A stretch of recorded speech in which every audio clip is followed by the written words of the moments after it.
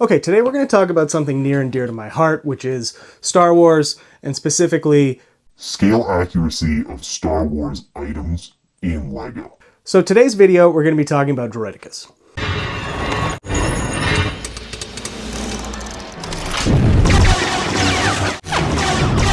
They're those little roly-poly boys that you see for the first time in The Phantom Menace that scare the absolute piss out of Obi-Wan Kenobi and Qui-Gon Jinn in the hallway while they're going to go and disrupt a financial corporation.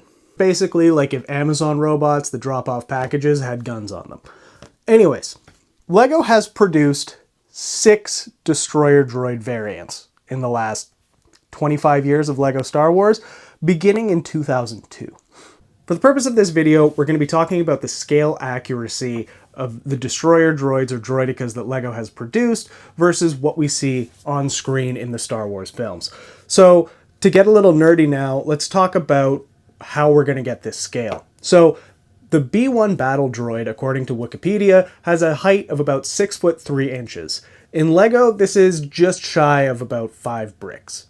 According to Wikipedia, the Droideka has a height of exactly 6 feet, which is, if we're going off of the battle droid minifig, just short of 5 bricks. So we'll go for like 4 bricks, 2 plates maybe, is kind of the height that we want to see these battle droids at. So the first Destroyer droid that LEGO ever made was this guy from 2002. It was featured in the original LEGO Star Wars video game, so that's a huge nostalgia hit for a lot of people. For me personally, I remember building this guy and taking it apart and playing it with a ton when I was a kid. He was definitely a terror of all of the LEGO Jedi that I had. This guy's relatively accurate. This one introduced a lot of elements that we're going to see throughout all of these droidekas moving forward. For one, the binocular piece used as blasters at the ends of his hands. One thing that's unique about this one is the use of the minifig revolvers as an angled element in the design of the droideka. Overall, this is one of my favorite droideka builds, and honestly, I think LEGO might have peaked here. The next droideka that LEGO designed was from 2007. It came in the 7662 Trade Federation MTT set. We can all agree that the 2007 MTT set was absolutely primo. It was the best MTT that LEGO ever produced, and it came with, in my opinion, one of the worst Destroyer droids. This guy comes in at a whopping 7 bricks tall. Its one saving grace is the fact that it uses these copper elements. This is a wonderful color in LEGO's color palette, and it's a shame we don't see it all too often now. Overall, this is one of the worst droidekas for me.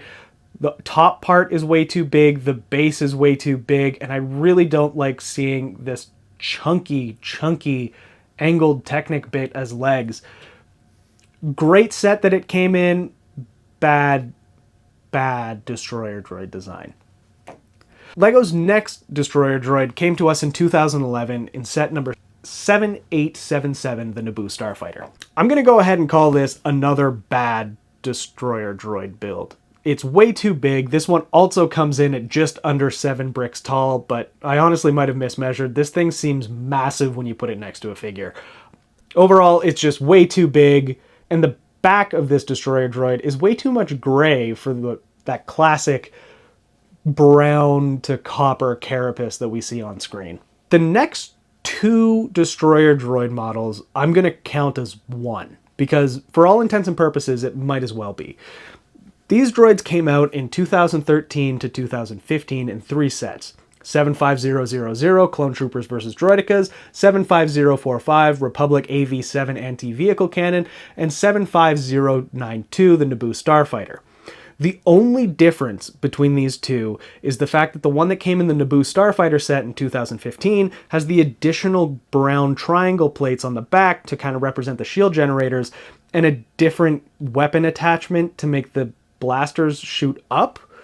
For some reason, I just don't like these designs, honestly. I don't like the fact that you can't really get the blasters to shoot forward, and as LEGO has it, the binoculars are going vertically, which is not what the Destroyer droid really looks like. Not great, but not the worst. The height is just over 5 bricks tall, which is getting pretty close to what we want to see out of this thing. We could do better, I'm sure.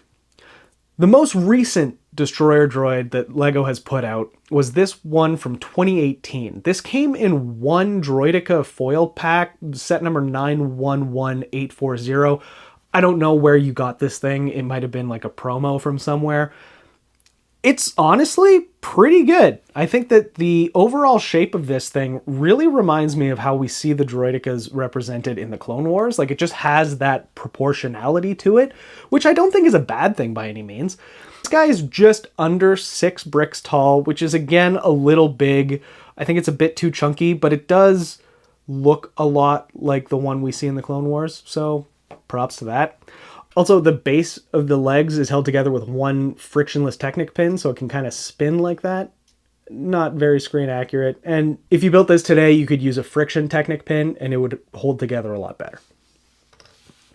So that's it. Unfortunately, we've never seen a screen accurate Droideka.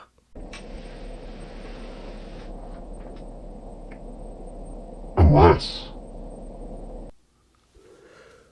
Build time. So this build comes together with just 22 parts. Most important parts of this build for me are this bar 1L with angled hollow stud, and this weapon ring holder with 3 bars and 3 bar holds, which is the Ninja Arrow Blade center piece. So first off, we start with the weapon holder ring. That's part number 1941 on Bricklink. We add a brown stud to the bottom to represent that rounded lower part of the Droideka's kind of bottom area. And then we throw on some claws into what I like to call those bar holder claws as well. Those clip on, give us our legs. And then now here comes the important part. We're going to grab that 1L bar with the angled hollow stud.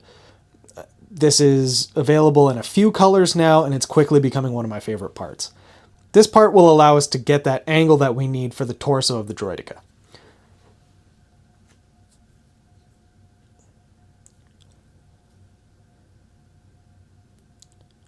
From there, we use some clips and some baby bows in brown to get that carapace that we have on top of the Droideka. Then we use a 1x1 round with an open stud. And one of these little claw weapon pieces, I was considering using the Wolverine claws, but I feel like they protrude just a little too much for my liking. Finally, as almost a bit of a homage to the 2002 Droideka that I love so much, we're going to be using the revolver elements to get a nice angle on the arms. That we're using that little clip and bar piece and some binoculars to get those laser cannons out. Okay, we've cooked something up. These are LEGO's Destroyer Droids, and this is the Destroyer Droid that I've built.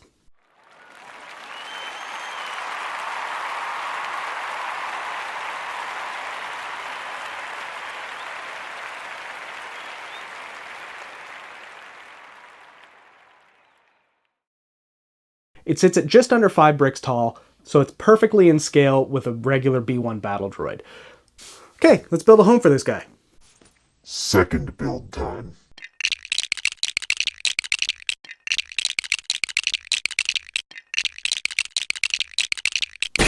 Okay, so I got this built. I'm going to snap a couple photos of this. I'll be posting them on my Instagram page, so you can check that out at Groovy Bones. Also Groovy Bones everywhere else that you want to see me. I got no outro, but hey, thanks. This was fun. Hope you learned something. If you didn't, sorry.